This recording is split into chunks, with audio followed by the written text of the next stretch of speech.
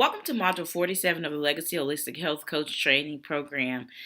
Kudos for you. You finally made it.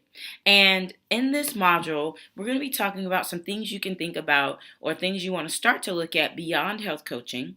We're going to talk about some tips for coaching relationships and how to keep those relationships going strong. We're going to talk a little bit about client retention, what to do about withdrawals, and then reminders about health coaching parameters and the art of health coaching as you begin to hone your skills over the beginning of your health coaching practice.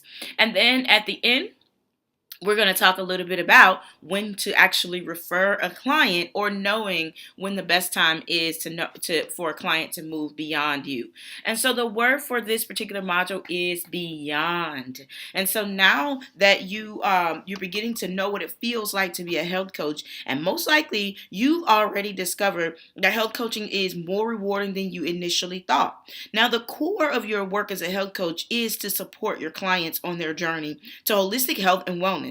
You are not just a source of love and encouragement. You are an absolute source of helpful tips, a great guide to help them move forward with their actual goals. Remember, there are many ways and many practice parameters that can help you hone your skills as an amazing coach. And there are some things that you must follow, but many of these things you're going to develop on your own as you become a greater health coach with practice. Now, it's important to follow certain parameters so that we increase our chances of the clients and the people that we come in contact with being led to successful outcomes, and we're able to make a lasting difference in their lives. If you have questions about coaching parameters or you need to refer a client to someone else, be sure to check with your fellow classmates in the Health Coach Haven and in your cohort groups.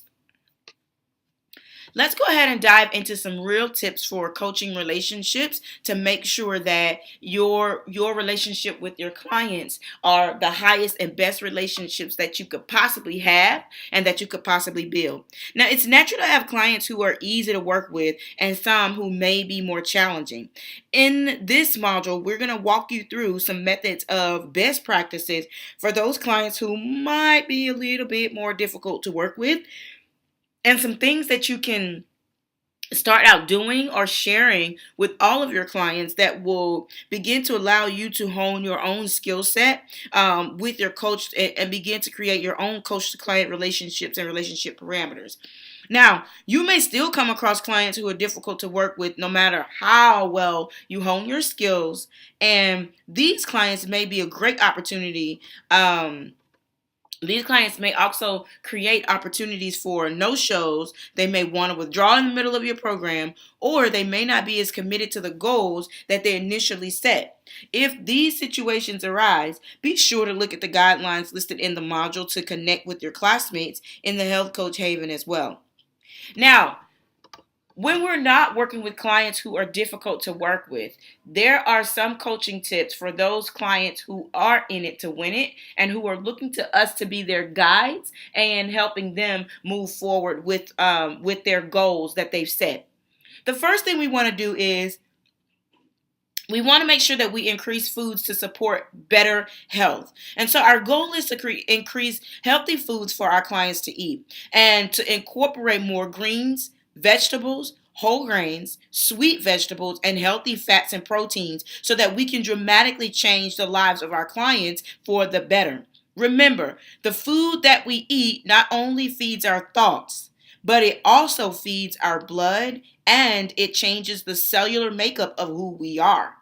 By supporting our clients to increase their consumption of healthier, high energy foods, or you may hear these called high vibrational foods, they will actually see and feel the improvement. Others will begin to see the improvement in their lives as well. The goal is to crowd out unhealthy food, and your clients will be motivated to take their health to the next level with you as their guide.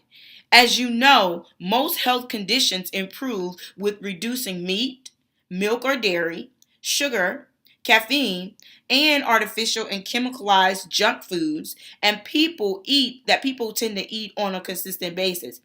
Always begin to work slowly to add healthier options to your client's diet so that over time they can reduce foods that don't support high energy and overall holistic health. The next thing we want to do is be aware of the legacy will. Every client that comes to you should know about the legacy will. This is a cornerstone of how we support people holistically.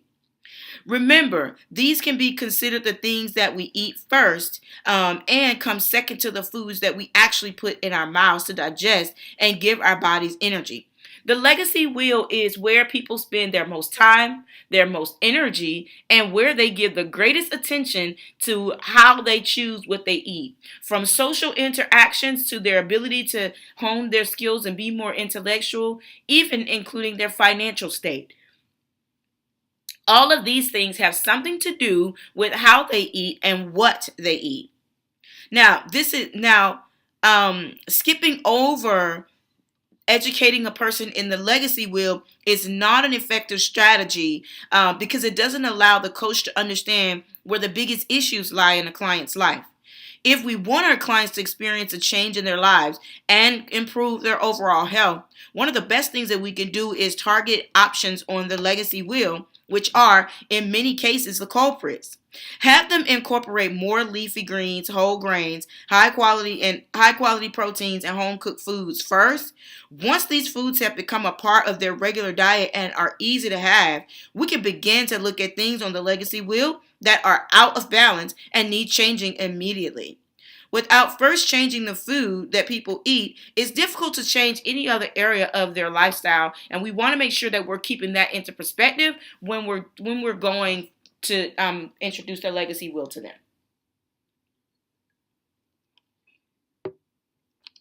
The next thing we want to do is show love, appreciation, support, and listen to our clients.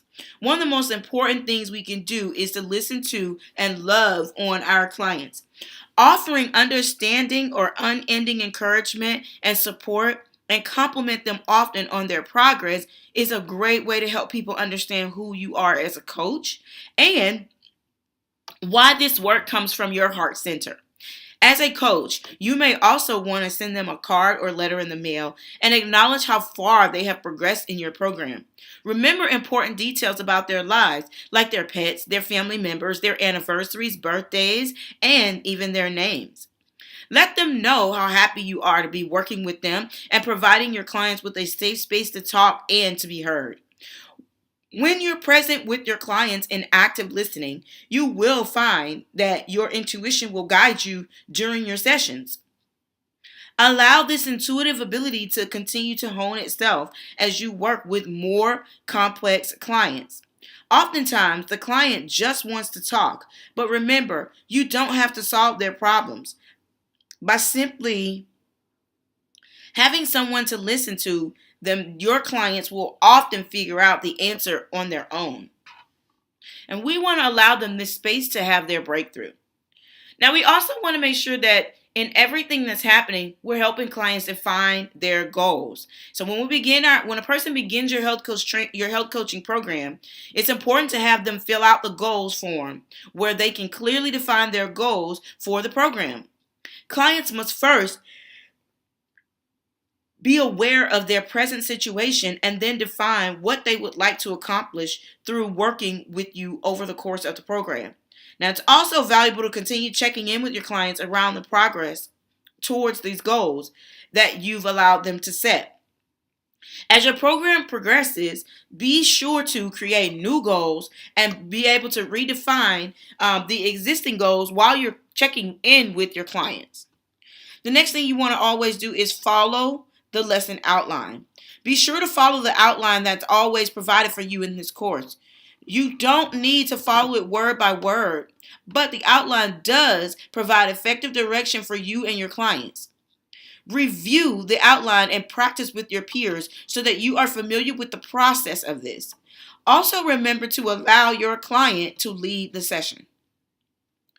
The next thing you want to do is you want to use the handouts and the giveaways. We cannot stress enough how grateful people will be to get handouts and giveaways from their coach. Remember, the handouts are a guide to clients to be able to use during the course of your program. We provide you with different types of handouts because you will encounter people with different needs. Feel free to add your own touches to these handouts for your own use of your for your own use during your own coaching practice. You want to make sure that you're making recommendations and that you're asking questions. During your sessions, make sure that you offer 2 or 3 simple recommendations that your client can actually work on until the next session. Remember, it's important not to overwhelm the client with too much work. And you should always go to a place that's comfortable for the client or perform the session virtually. Also, ask high range questions to get the client thinking. You don't need to come up with all the answers to your client's problems. After all, they know more about their lives than you do. So when a client is presented with appropriate questions, they can figure out much more on their own. After you ask these questions, give them time to respond and come up with their own conclusions. Be sure to review the module on high range questions so that you know exactly which questions to ask and when to ask them during your session to allow clients to have their own breakthrough. The next thing you want to do is customize your program and keep track of progress. If you have any expertise in another area related to health, like yoga, Pilates, massage therapy, Reiki, you're an active doula, or something like that, you can incorporate these into your program as added bonuses for your clients. Remember, chances are if there's something that you enjoy doing that help people improve their health and happiness, your clients are probably going to definitely enjoy that too. So this could also include things like meditation, art, music, writing, or any other type of creative outlet that you personally enjoy and your clients might enjoy if you incorporate it into your program. Add your personal touches and completely create a different program that your clients would absolutely rave about and that would make you stand out as an amazing health coach.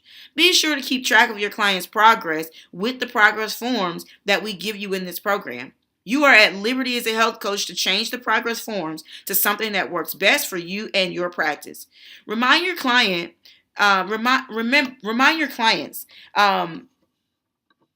must frequently be reminded of what they are accomplishing through working with you and the goals that they are still coming up with. You want to make sure that you create a partnership, and people usually relate to hired professionals as experts or authority figures. And your clients would more than likely relate to you in this way as well. Keep in mind that you are working together with your clients and that collaboration works best when there are no traditional roles. Get out of the way and not try to claim all the credit for your clients' goals, right? You are actually here to be a partner with them and not to rule over them. The goal is to be compassionate, to guide them, be gentle, but also be demanding, and then be open to respecting the differences in opinion that you and your clients may have. You don't need to tell your client everything they should do. Ask them what they want to do or not to do in your program. While you are guiding them, you are not healing them, but rather they are healing themselves. And we have to keep this into perspective. When we come out of the space of allowing the client to take full control of their outcome, then we are stepping out of the role of a coach and stepping into the role of consulting only. And so we want to be careful. There's nothing wrong with these roles, but if you're dishing out answers to someone, that's not coaching, right? If you're telling them every single thing to do and then checking on them to make sure the result gets done and they do it the way you say, that's not coaching, right? That is consulting. They're coming to you for a result and you're giving them the answer without them doing any real work. Coaching allows the person to be guided to the answer while giving them recommendations and compassion along the way. That's the art of coaching, and that's the major difference. As a coach, you're going to actually help your clients more when you are less attached to getting results, which can lead to tension and shallow breathing. Be sure to take deep breaths often during your sessions to help you release attachment to specific outcomes. Being too soft or too nice also won't help. So be sure to confront any issues that come up immediately because it makes you uncomfortable and unfair to the client eventually. Remember, your client is not you. Meet them where they are with what they have to help them get to where they're going. Do not impose your views on what is nutritionally right onto your clients. You are probably highly advanced in your own habits because you have been interested in nutrition and healing modalities for a long time now. We all evolve at different levels and at different rates, and we must respect that when clients are coming to us for help. Let the client set a pace that's comfortable for them. You can give them an extra push, but you need to set them up for success. Go slowly and give them recommendations you know they will actually follow and what will actually be beneficial to them. The last thing we want to do is be courteous and be dedicated. And so we want to be sure to insist that you are both on time for every session. Be prepared for the session and show up feeling 100% committed to the outcome of the session itself. Have the client pay on time. Don't reschedule the appointment if you don't have to. Clarify your rescheduling protocol for yourself and be sure to go over your policies to your client, especially if they miss or arrive late at a session. Always put your focus on the client. When the client wants and what the client wants, and how to help them achieve that. Be committed to your client's goals. Be committed to helping them get to the outcome they're looking for, their growth, their learning, their ability to experiment, and with a sense of integrity. Discovery and evolution are all essential. Try offering new food options and new ideas and help them understand how to make your suggestions a priority. Remind them that you will support them and hold them accountable, but they still need to be motivated to do the work themselves. Let's talk a little bit about client retention. Remember, the ability to retain clients is literally the cornerstone of having a business or a practice as a health coach that you can actually scale. When we have clients who are dropping out, who are leaving sooner than they should, we definitely want to turn our attention to this. The best way that the one thing we want to do is to create raving fans over and about our 6-month program. We want clients to be thrilled from working with us, and we want them to go out and tell other people and continue to do their work with us as a lifelong learner. The happier our clients are with us, the more enjoyable it is for them to be able to do what they actually love. The best way to create raving fans from our clients is to support them on achieving goals, especially the goals that they personally set for themselves at the beginning of the program. We don't want to let our clients down in any way while they're in our 6-month program. They depend on us and for support in their program. And if we are late in doing something that we promise, such as sending an email or an article or an address to a yoga studio, then they will take that lateness to mean that we don't care or we're not their priority. And so we want to make sure that we're keeping our clients satisfied within our 6-month program. We also want to make sure that we're re-signing clients after the 6-month program is over. We want to make sure that we're adding extra touches to make sure that people remember our program and that it goes over tremendously well. We want to always take into account that the higher our client satisfaction is, the more enjoyable their job will be, and the greater the chances of them hitting their goals every time will be. If they're happy to see us, tell us about how much they love working with us and spread the word to others. Our confidence as a coach will grow tremendously, and so will the size of our business. And our levels of personal fulfillment will also grow. Now that we've talked about how to keep clients happy and how to make different moves, let's talk a little bit about difficult clients and what we do when we encounter them. Now, first we need to be able to identify who our difficult clients or people who potentially may be challenging with us. Working with clients who are difficult will not only drain your energy, it'll stifle your progress as a coach. Remember, your program is an intimate relationship that is shared for 6 months. Being in a relationship that drains your energy or stifles your practice with even one client who creates complications can ruin your exhilaration and motivation around being a great health coach. Try to identify potentially difficult people when you do your Kickstart consultations. The time during that consultation is not just for you to gather information from that client, but it's for you to intuitively feel into whether or not having this person at this prospect as a client will be good for your coaching practice or if it's something that might stifle your energy. So there are a few different types of people you want to look out for. The first one is people who don't show up, they come late, and they make many excuses. This is a precursor to what they're going to do in your program, especially if they're known for making excuses and showing up late, and it's just their MO, and they take it lightly.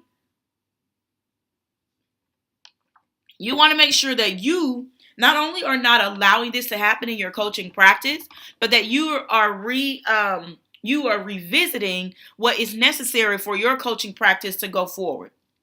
You want to make sure you look out for people who complain about every detail of your program or pick apart your program, your agreements, or any of the handouts that you give them. These are the types of people that will look at your Kickstart consultation form and say, that's too much to fill out. But you know as a coach that people who want help and need help, desire your help, will fill it out without a problem, right? And they're more than willing to share with you anything that they left off the form. These are the kinds of people that you want to work with. The next type of person is people who actually challenge you and question your abilities as a coach. They ask you how long you've been in business. They ask you how many people you're already coaching. They ask you what school you went to. They want to see the seal on your certificate. They ask you for several things that have nothing or very little to do with their ability to get to the goals that they're trying to set for themselves. And so you want to make sure you look out for these people too. You want to make sure you look out for people who try to negotiate fees. People who don't see the monetary value in what you're actually trying to offer or give them. They're looking for ways to barter with you, cut the cost, cut corners, or get all the solutions without actually going through the steps. You want to make sure you're looking out for people who don't do the work, resist your guidance, make excuses, or they lie and say they did things and you find out that they didn't. Right? You definitely want to look out for people like that because this type of thing is going to actually drain your energy. You want to look out for people who get on your nerves and they're difficult to be around. Yes, I said it. People who get on your nerves. If when you wake up in the morning, you're not happy to jump out of bed and do heart-centered work to help other people become a greater version of themselves, and if you think about a client and you don't want to jump out of bed and do these things and be on your feet and work with them, then you definitely have got the wrong clients in your practice, right? So we want to look out for people like that if they're annoying or something about them just feels off or it just doesn't feel good to us. We want to definitely make sure we're aware of this. Now let's talk a little bit about clients who withdraw or when we want to withdraw people from our program. When a client wants to withdraw from your program, this is never great news to a coach. There are a few reasons why clients may want to withdraw from your program. The most common is fear that they're not going to achieve their expected results in a specific time. Thinking that they already know everything and that there's nothing you can actually teach them or financial issues is another one. One of the things you want to do is share with your clients that these thoughts are not uncommon and that there are ways to work around them. In many cases, this can happen halfway through the program, upfront after the first session. If and when this actually happens, share with your client that this is not uncommon and a lot of people actually go through this. You want to remind them how far they've actually come and what's left for them to be able to do in the program and what they could achieve if they stick to it. The next thing we want to do is we want them to know that there are a few things that you can mention to help them see themselves accomplishing these goals over the next few months. And then you want to be sure to tell them that you look forward to supporting them while they're making these positive changes and allowing other people to see these changes in their lives. Ask if this is something that they would like to see happen and how can they visualize this and move forward. And then you want to tell them that you're looking forward to supporting them while they make these positive changes. In some circumstances, you may want to let the client withdraw. If they lose their job or genuinely cannot afford to stay in your program, or if they're diagnosed with some kind of serious illness, or if they're extremely difficult, it may be in your best interest to discontinue the program with this client, and then refund any money for sessions that they have not already had with you. To make sure you keep people from withdrawing, stay in constant communication with them about their goals and what they hope to achieve through working with you. Now let's make sure that we look at some reminders about health coaching parameters, right? Because as health coaches, we know that we are important people in the lives of our clients. And so as health coaches, we must never tell our clients to stop taking medications or to stop seeing their doctor or medical practitioner. Let this serve as a reminder of some health coaching parameters that we must adhere to when practicing legally as health coaches. Clients do not work. Clients do the work, and they are responsible for their own lives and their health. We are their guides, right? We are not dictators to our clients. It's important not to work with a client who has major health concerns, people who are seriously ill, and people who are taking multiple prescription medications without understanding them and the chronic diseases and different things that we've taught you in this course may be of help, but you definitely need to do more if you're working with a specific population with a specific disease process. When we're working with clients who have minor health concerns, we can also wish to inform them that them of potential complementary or alternative ways of addressing these concerns. When you're working with someone who has major health concerns, then it's important to know who else is supporting them on this journey, such as their own naturopathic doctor, their own primary care physician, their healers, personal trainers, and other people who are helping them on this journey. There is research that continues to support the use of more holistic and integrative modalities involving diet, exercise, and energetics for reaching specific client outcomes. These are available for numerous ailments from headaches all the way to arthritis and so much more. Let's talk a little bit about when to actually refer a client. As a new health coach, the goal is to seek out clients who are a great fit and preferably in overall good health. To try to avoid working with clients who have multiple medications or with advanced chronic disease or critical health conditions such as cancer, degenerative illnesses, or life-threatening eating disorders. If perhaps you choose to work with these client populations, it's imperative that you alert any other specialists and practitioners who are also involved in their care. Keep the lines of communication open between these practitioners not only allows for better client outcomes, but it also allows for the door to open for powerful referral partnerships with medical practitioners. If you're unsure about working with any particular client, seek the advice of the Haven class cohorts or trusted healthcare professionals for more information on proper referrals. Sometimes a client may not reveal this type of information to you up front, but it's imperative that when they do, you know who else they're working with. For liability purposes, it may also be beneficial to have clients' doctor fill out a sign or release waiver for the client to move forward in your program. Sharpening your active listening skills is the best way to help a health coach to be aware of whether or not someone is keeping information from you. Listen to your intuition. If you think you might be in over your head, you probably are. Set and trust your own boundaries for yourselves and your practice. This allows you and your clients to be part of a safe environment. Don't let your desire to be helpful or your fear of rejecting someone allow you to be drawn into an inappropriate situation. Depending on the extent of the client's situation, you may still be able to work with the client while they are seeing professional help from other people.